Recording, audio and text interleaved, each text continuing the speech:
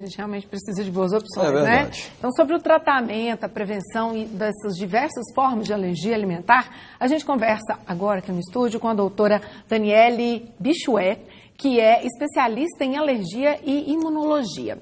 E olha só, se você tem alguma dúvida sobre esse assunto, que eu acredito que tenha, corre e manda para o nosso WhatsApp. Anote aí o número, é o 99631-1006. Participe, que a gente está aguardando a sua participação. Boa tarde, bem-vinda, doutora. Boa tarde. Seja bem-vinda, doutora. Vamos começar explicando, então, o que é alergia e o que é essa alergia alimentar? A alergia é uma resposta exagerada do organismo por vários fatores envolvidos, mas principalmente por uma predisposição genética a proteínas que ele encontra nos ambientes. Falando em alergia alimentar, das proteínas alimentares que estão nos alimentos. Está relacionado sempre à questão da proteína, doutora? Sim, a gente não poderia isolar apenas as proteínas. Recentemente a gente descobriu reações a algum tipo de açúcar, mas isso é muito raro e as proteínas são a parte mais importante nas alergias alimentares. Então, só para a gente diferenciar, qual que é a diferença entre alergia alimentar e intolerância alimentar? Porque todo mundo parece que mistura, acha que é a mesma coisa, sim, né? Não. As duas estão dentro do grupo de reações a diversos alimentos. Quando eu como alguma coisa, meu organismo responde de uma forma diferente ou não devida, né? As alergias alimentares, elas envolvem um mecanismo imunológico. Então, eu vou ter uma resposta do meu sistema imune contra aquela proteína, digamos assim.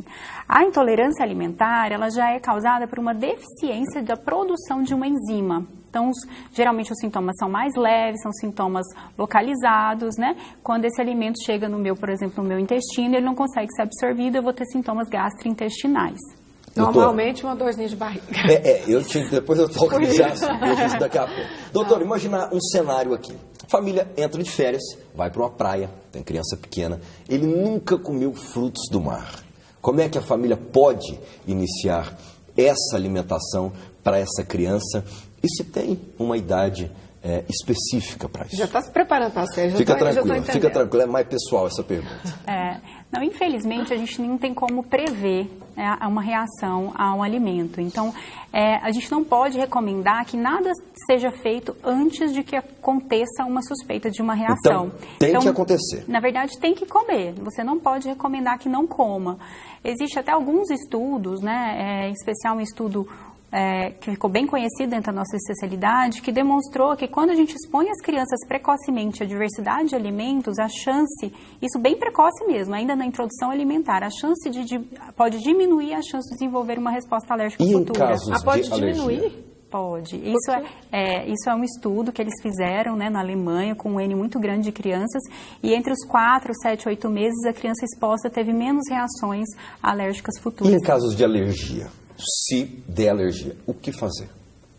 Então, a primeira orientação é procurar um serviço de emergência. Eu não sei que tipo de reação nós vamos estar diante ou qual a gravidade, porque o espectro clínico é muito diverso, então, doutora, né? Posso ter reações leves ou muito graves. Alguns tipos de reações para as pessoas poderem ter noção, na hora que entrar em contato com o alimento, o que pode ser considerado, tô com uma crise de alergia, não tá legal.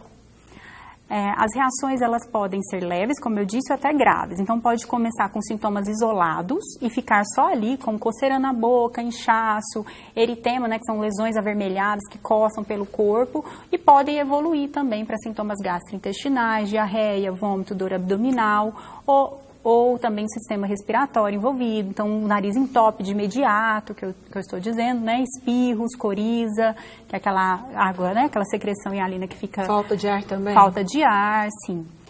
Isso a gente está falando de um tipo de alergia alimentar, mas existem outros tipos cujos sintomas vão ser mais tardios, então eu me alimento agora e eu vou ter sintomas daqui a algumas horas, e são sintomas localizados só no trato gastrointestinal. Doutora, muito se fala no tal do glúten.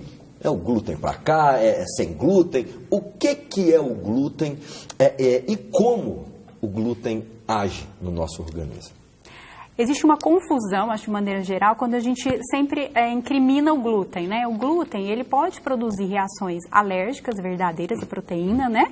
Que seriam esse tipo de reações, como eu falei, mas existe uma outra doença que é a intolerância ou a sensibilidade ao glúten, que aí é da especialidade do gastro mesmo, que produz alguns sintomas, principalmente gastrointestinais, mas podem ter outros envolvidos. E as pessoas geralmente falam do glúten misturando essas duas condições, que precisa ser analisada por um especialista para ser diferenciada. A alergia pode surgir em qualquer momento da vida, doutor? Pode.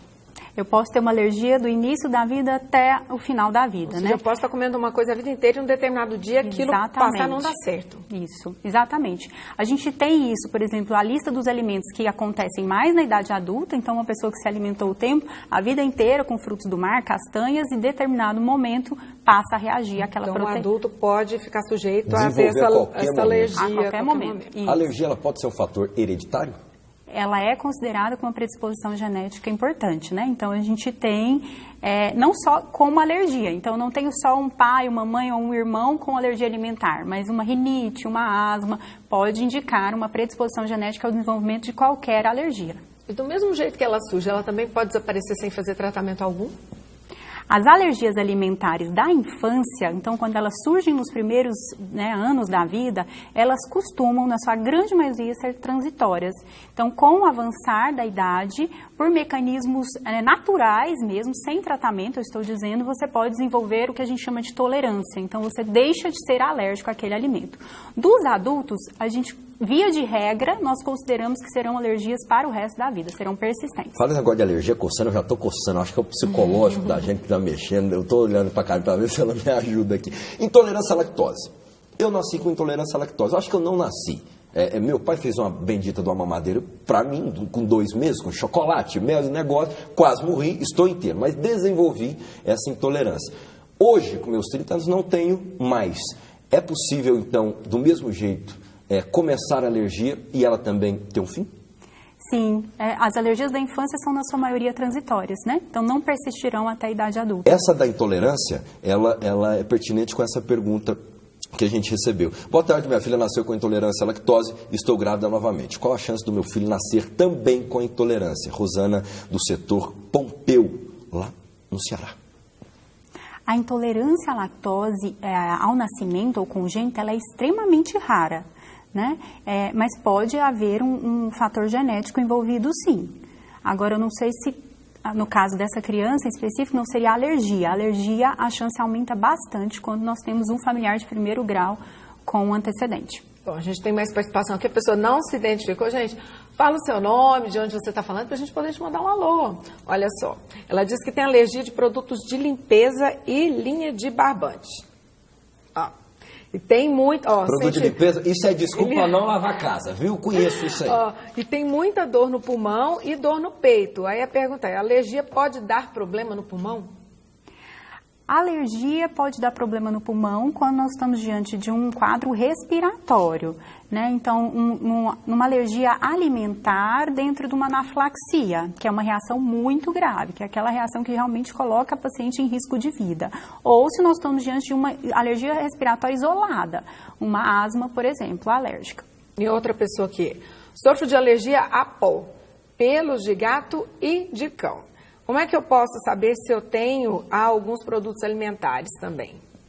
Então, isso que a gente, mais uma vez, né, vai até conscientizar a população que sem uma reação pregressa, então sem que eu tenha tido um contato e meu organismo tenha reagido àquela proteína, eu não tenho como prever ou prevenir essa reação futura. Então, nenhum exame vai me dizer se eu vou desenvolver uma alergia futura ou não. Doutora, só perguntaram se a senhora também atende por plano de saúde aqui.